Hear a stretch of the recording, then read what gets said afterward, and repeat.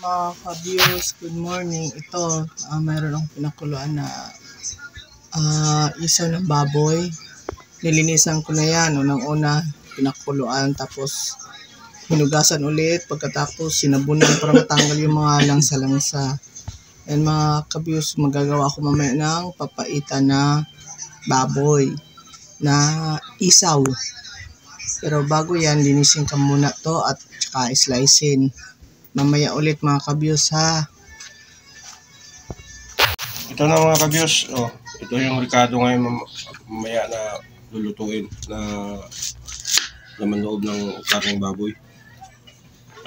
Sibuyas, bawang, luya, sili, kalamansi, saka bawang, saka kamatis. Yan, kamatis. Yan. Masarap yan. Mamaya. Yan. Mga ka-views.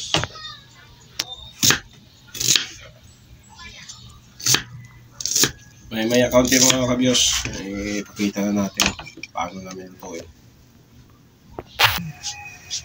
Mantika. Pag mainit na, lagay tayong bawang.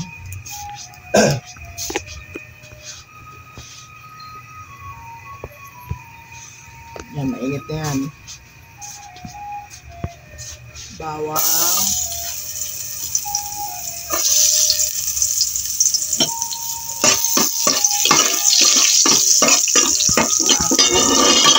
Tapos,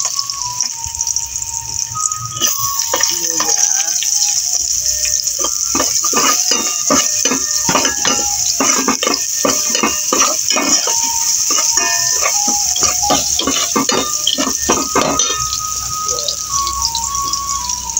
Sibuyas.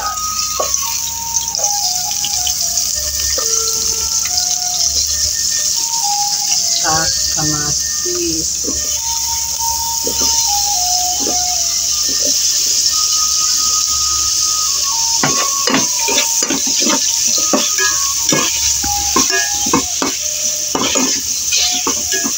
Haluin mabuti mga ka-views. Pupunta ako.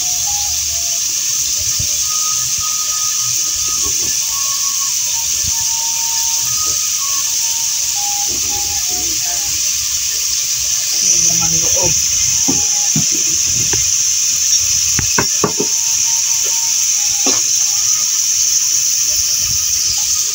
Yan, ang aking pinakuluan kaninang laman loob. Napalambot ko na yan at nalinisan at nahiwa ko na rin.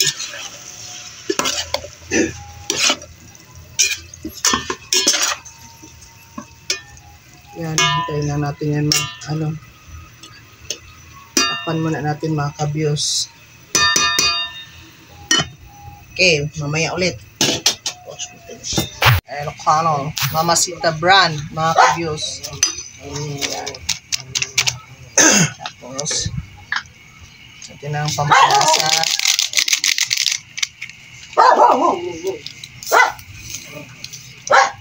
Lagyan natin ng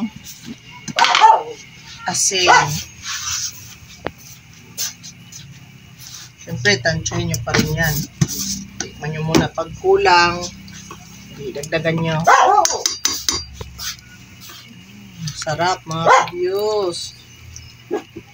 Kita nyo ba ito utak?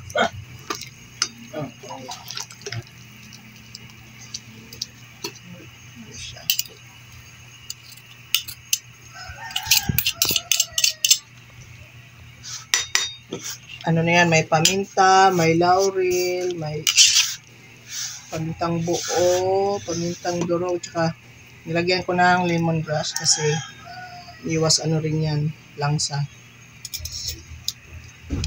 Sarap na. Okay, maya-maya ka-views, anuhin ko ulit. Pakuluan ko pa. So, mga ka-views, nilagyan ko ng talong para may kunting gulay ba. Yan. Ito yung bago kong recipe ng papaitan. Lagyan ko ng talong para may gulay. Sarap. Tapos syempre, yung mawala ang sili. Yan ang nagpapasarap dyan. Wala man tayong siling berde. Okay na to, siling lapuyo. Dagdagan na natin konting asin kasi ayan, medyo tabang ng konti. Pak! Ganun! Ako, taob tong kanin ngayon. Pak! Okay, hintayin lang natin yan kumulo at saka maluto yung talong. Pagkatapos, pwede na yan. Okay na. Maanghang-anghang na. Okay mga kabyo, see you later. Babush!